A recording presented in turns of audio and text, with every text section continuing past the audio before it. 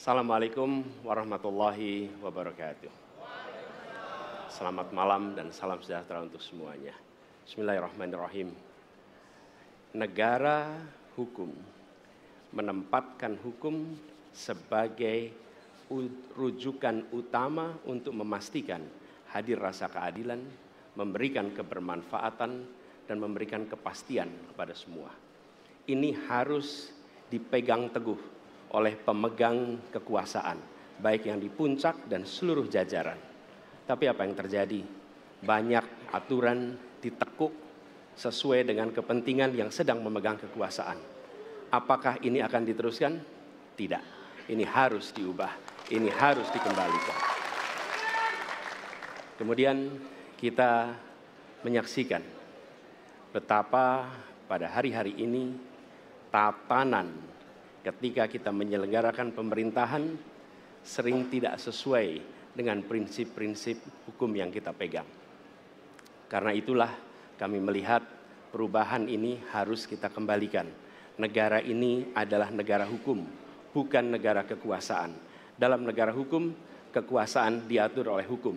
Dalam negara kekuasaan, hukum diatur oleh penguasa. Dan kita tidak menginginkan itu terjadi. Pada saat ini, kalau kita lihat hukum itu harusnya tegak begini. Inilah hukum. Dalam kenyataannya, dia bengkok. Dia tajam ke bawah, dia tumpul ke atas. Dan kondisi ini tidak boleh didiamkan, tidak boleh dibiarkan, dan harus berubah. Karena itu kita mendorong perubahan. Mengembalikan hukum menjadi tegak kepada semuanya.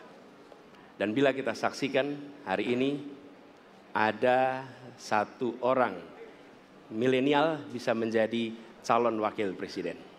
Tetapi ada ribuan milenial, generasi Z, yang peduli pada anak-anak bangsa, yang peduli pada mereka yang termarginalkan. Ketika mereka mengungkapkan pendapat, ketika mereka mengkritik pemerintah, justru mereka sering dihadapi dengan kekerasan, dihadapi dengan benturan, dan bahkan gas air mata. Apakah kondisi ini akan dibiarkan? Tidak, kita harus lakukan perubahan. Oleh karena itu, kami memperhatikan ini sebagai hal yang mendasar. Yang tak kalah penting, ini kedua nih, yang tak kalah penting. Kita menyaksikan pada saat ini, ada peristiwa seperti peristiwa Ibu Mega. Ibu Mega Suryani Dewi, seorang ibu rumah tangga yang mengalami kekerasan rumah tangga, lapor pada negara, tidak diperhatikan, dan dia meninggal korban kekerasan. Apakah akan dibiarkan? Tidak, ini harus diubah. Dan tidak kalah penting, hadir bersama saya di sini ayahnya Harun Ar-Rasyid. Harun Ar-Rasyid adalah anak yang meninggal, pendukung Pak Prabowo di Pilpres 2019 yang menuntut keadilan pada saat itu.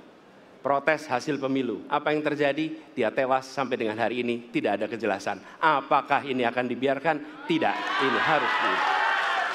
Karena itu, kami mendedikasikan diri, hadir untuk memberikan komitmen bahwa dari puncak sampai ke bawah, kami akan tegakkan hukum pada siapa saja. Kami kembalikan marwah kehidupan bernegara yang menempatkan hukum sebagai tempat yang paling tinggi. Dan ketentuan itu berlaku kepada semua, termasuk ketika menyangkut urusan ASN, menyangkut urusan TNI dan Polri. Terima kasih. Assalamualaikum warahmatullahi wabarakatuh. Terima kasih.